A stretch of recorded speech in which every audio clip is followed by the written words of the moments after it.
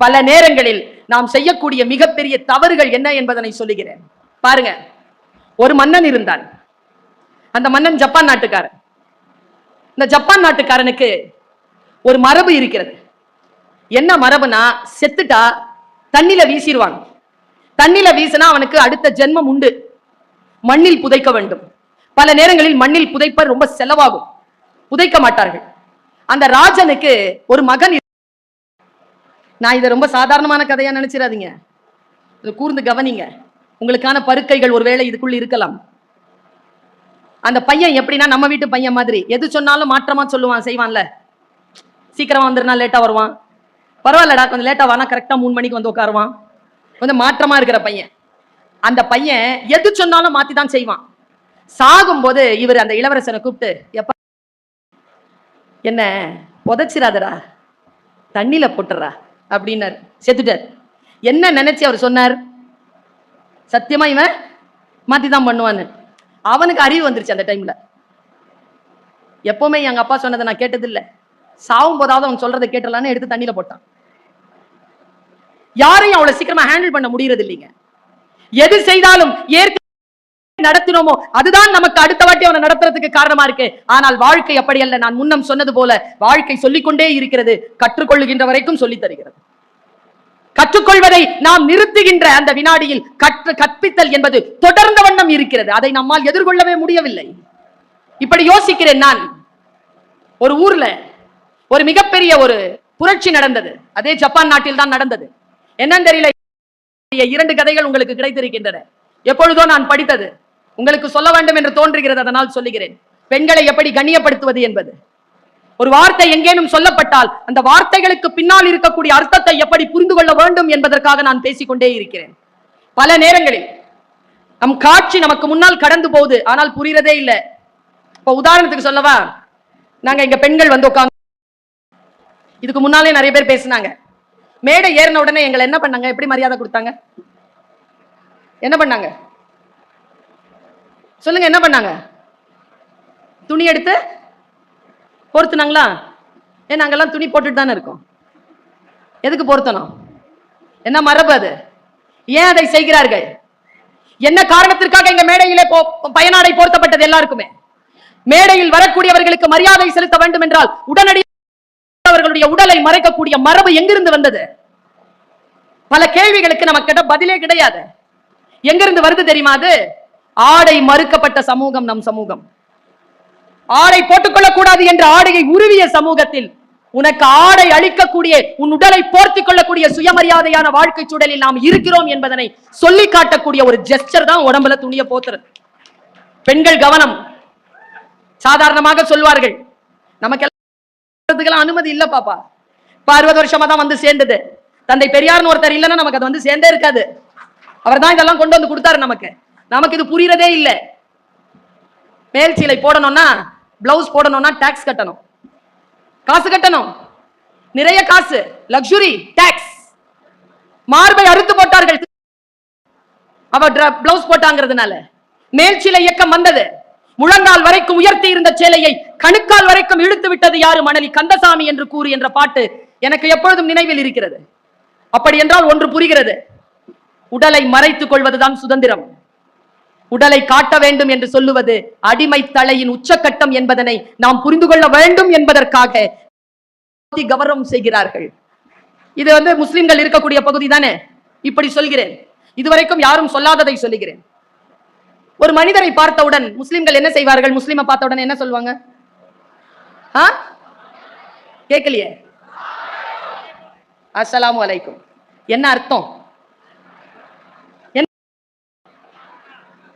என்ன அர்த்தம்? இறைவனின் சாந்தியும் சமாதானமும் ஏற்படுவதாக. என்னுடைய அண்ணன் ஒரு 6 மாசத்துக்கு முன்னால என்ன எஜுகேட் பண்ணாருங்க. அது இல்லையா அர்த்தம்? அது உண்மைதான். இங்க இருக்கக்கூடிய எல்லாருக்கும் புரியும். இப்ப நான் சொன்னா புரிஞ்சிடும். என்ன தெரியுமா? உன் மீது வல்ல இறைவனின் பெருங்கருணையால் சாந்தமும் சமாதானமும் ஏற்படுவதாக உடனே ஏற்பட்டுருமா? நீ நான் அவ்வளவு பெரிய அப்பாட்டக்கரா? நீ சொன்ன உடனே நீ அப்படி சொல்லிடலாமா? அது இறைவனிடம் நான் வைக்கும் பிரார்த்தனை. அஸ்ஸலாமு அலைக்கும் வரஹ்மத்துல்லாஹி வபரகாத்துஹு என்றால் என்ன அர்த்தம்? ஏக இறைவனே, நான் பேசிக் கொண்டிருக்கக்கூடிய இந்த நபரின் மீது உன் வல்லமையால் சாந்தத்தையும் சமாதானத்தையும் ஏற்படுத்துவாயாக என்று நான் இறைவனிடம் பேசுகின்ற உங்கள் மீது நான் ஏற்படுத்துகின்ற ஆணை அல்ல அது. ஒன்றை எப்படி புரிந்து கொள்வது? அவர் திருப்பி சொல்லுகின்றார் என்றால் அதுவும் பிரார்த்தனை தான். பிரார்த்தனையாகத்தான் நாம் வைக்க முடியும். பல நேரங்களில் பல கேள்விகள், பல பதில்கள் நமக்கு புரிவதே இல்லை. நான் சொல்லட்டுமா? ஒரு கல்வியாளராக நின்று நான் சொல்லுகிறேன். உலகத்திலேயே கேள்வி கேட்பதுதான் புத்திசாலித்தனம், பதில் சொல்வதல்ல. யார் ஒருவர் கேள்வி ஏன், எப்படி, எதற்கு, ஏன் இப்படி இருக்கிறது, ஏன் இப்படி இருக்கக்கூடாது, இப்படிப்பட்ட சொல்லாடல்கள் நிறைந்த உலகத்தில் தான் சாக்ரட்டிஸிற்கு ஏன் விஷம் கொடுக்கப்பட்டது? சாக்ரட்டிஸுடைய தத்துவம் என்ன? யாருக்குமே தெரியாது. சாக்ரட்டிஸுடைய தத்துவம் என்ன தெரியுமா? சிறிய சிறிய கேள்விகள், அதிகார வர்க்கத்திற்கு எதிராக அவன் எழுப்பிய கேள்விகள். நானும் கேள்விதான் கேட்கிறேன். ஏன் அப்படி இருக்க வேண்டும்? எங்க அம்மா சொன்னாங்க ஒரு வாட்டி, எங்க எங்க எங்க அறிவுரை சொல்வாருன்னு சொன்னால, ஃபர்ஸ்ட் ஒரு சித்தப்பா, காதர் பாஷா சித்தப்பா இருந்தார். எங்க அம்மா சொல்றாங்க, என் பொண்ணு நான் ரொம்ப தைரியமா வளர்த்து வச்சிருக்கேன். தேங்க்யூ. எங்க போனாலும் புயல் மாதிரி போய் புயல் மாதிரி திரும்பி வந்துருவா. சூப்பர். சொல்லிக்கிட்டே இருக்கிறவங்க மனசு சொல்லுது, அம்மா ஏதோ தப்பா என்னை பத்தி சித்தப்பாட்ட சொல்ல போறாங்க. பார்த்துட்டு சொல்லிட்டாங்க, என் பொண்ணை நான் எப்படி வளர்த்து வச்சிருக்கேன் தெரியுமா காதர் பாஷா? ஆம்பளை மாதிரி வளர்த்து வச்சிருக்கேன்ட்டாங்க. நான் வெளியில வந்த உடனே சொன்னேன், எங்க சித்தப்பா வெளில போன உடனே, அம்மா நீ இது வரைக்கும் என்ன எந்த கெட்ட வார்த்தை, இதை விட கெட்ட வார்த்தை வேற கிடையாது என் லைஃப்ல. ஏன் அப்படி சொல்ற? ஆமா, ஒரு ஆம்பளை பிள்ளைய பார்த்து பொம்பளை பிள்ளை மாதிரி வளர்த்து வச்சிருக்கேன், அது திட்டு தானே. அப்ப என்ன மட்டும் பார்த்து ஆம்பளை பிள்ளை மாதிரின்ற? My gender is my identity.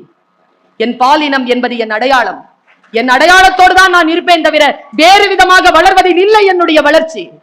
நான் நானாக இருந்துதான் வெற்றி பெற விரும்புகிறேன்.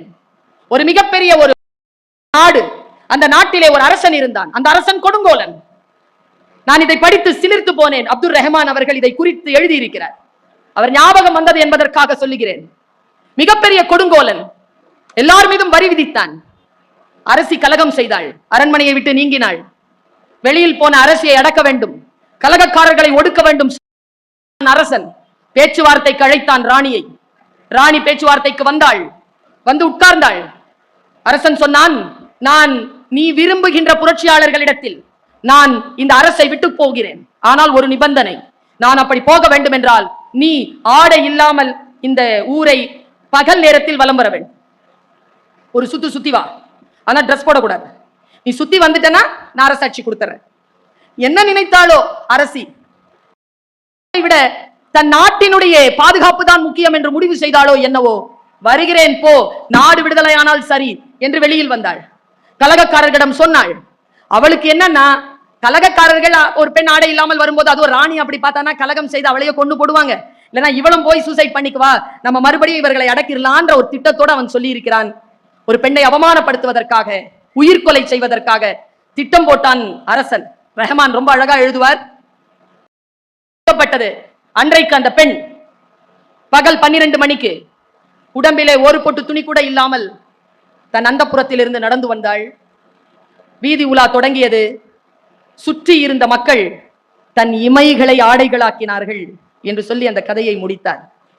ஒரு பெண் வாழ்க்கையில் வெல்ல வேண்டும் என்றால் அவளுக்கு அடிப்படையாக கிடைக்க வேண்டிய மரியாதையும் மதிப்பும், வீட்டிலே ஆண் குழந்தைகள் இருக்கிறார்கள் என்றால், பெண் குழந்தைகள் இருக்கிறார்கள் என்றால், பெண் மீது அவளுடைய உணர்வுகள் மீது மரியாதை தரக்கூடிய அளவிற்கு அந்த குழந்தைகளை வளர்த்தெடுக்கக்கூடிய பொறுப்பு ஒவ்வொரு ஆணுக்கும் ஒரு பெண்ணுக்கும் இருக்கிறது.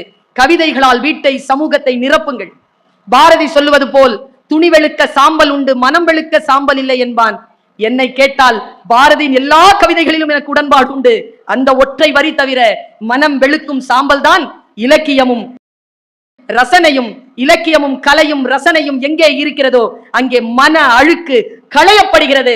மன அழுக்கு களையப்பட்டு சுடர்மிகும் அறிவுடன் நாம் இருப்போம் என்று சொல்லிக்கொண்டு வாய்ப்பளித்தமைக்கு நன்றி பாராட்டி இடம் சாருகிறேன். நன்றி.